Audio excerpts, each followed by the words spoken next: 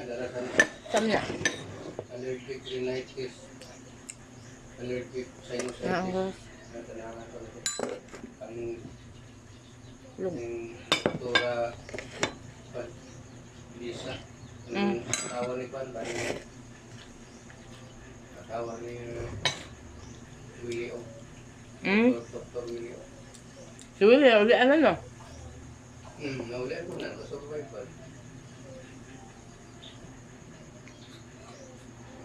Magandang araw, topic natin, allergic rhinitis at sinusitis. Itatanong natin sa ENT expert, ear, nose, throat doctor, Dr. Jim Ginogila. Hi, Dr. Jim. Hello, Doc Lisa. Yes. Good afternoon. Tanong po kay Dr. Jim. Ako na si Iro. Ano kakaiba ng allergic rhinitis at sinusitis po? Dikit ba sila? Okay. Yung allergic rhinitis actually is a condition kung saan tayo Sama Lucy, allergy no? na yung ating ilong is sensitive to certain irritants or allergens. No? Tulad for example ng dust, amoy ng aso at pusa, halimbawa yung mga amoy ng bulaklak, puro amoy minsan yung Mocha. grass, minsan yung amoy ng ipis. Amoy ra. Itong mga bagay na to, these are called allergens. Itong mga allergens na to, pwede pumasok sa ilong natin. At kung kayo ay may allergic rhinitis, pwede siya mag-cause ng reaction.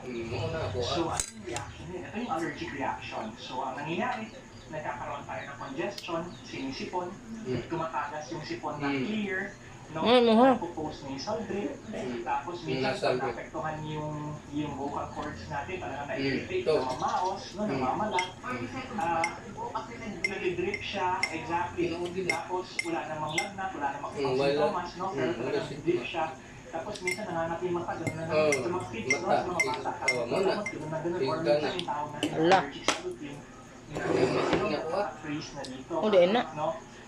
Itong allergic rhinitis, itong reaction na ito, kapag nangyari ito, pabalik-balik, paulit-ulit. Yes, nakakahiya na.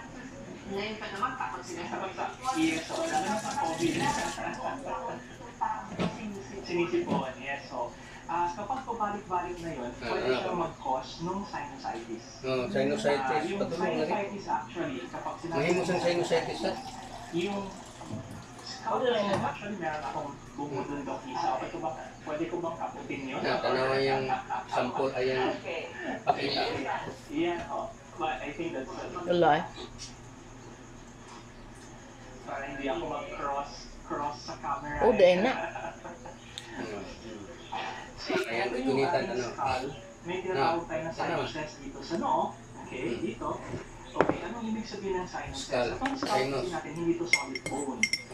Magka-hollow siya. Meron siyang space sa likod nito. Okay? So meron tayong sinuses dito. Meron tayong sinus dito sa gilid ng mata.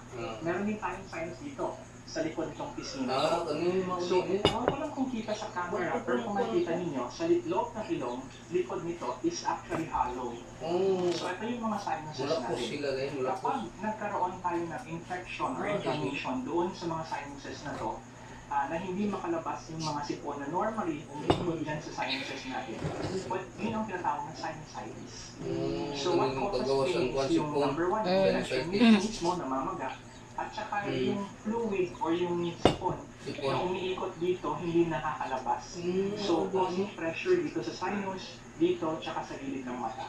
So, masakit po siya. Yun yung sinusitis. Yung kunot. Usually, yung sinusitis, ilong? allergic rhinitis kasi pala tayo Dagan sa o. Mutingog na. Sakit. Alima perminti niya ako. So, parang allergic rhinitis, ganun din yung mga patients. Dapat you have to learn to mabuhay, nakasama si allergic rhinitis. Pero mas grabe na part talaga siya ng katawan. Kaya allergy rhinitis Ibig mo na sabihin, ako. pinanganak tayo na Hindi mo college eh. sensitive sa mga certain na bagay.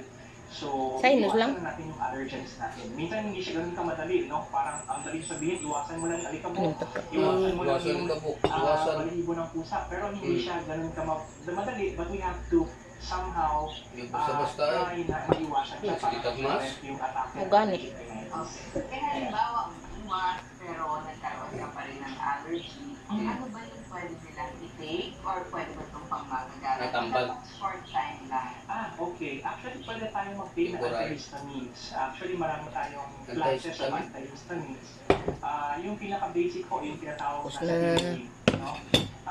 Pangalawa, you have your mga ibang mga antihistamine, yung pinaka-latest ngayon, yung Bilastine, no? Itong mga antihistamine, pwede siyang on an as-needed basis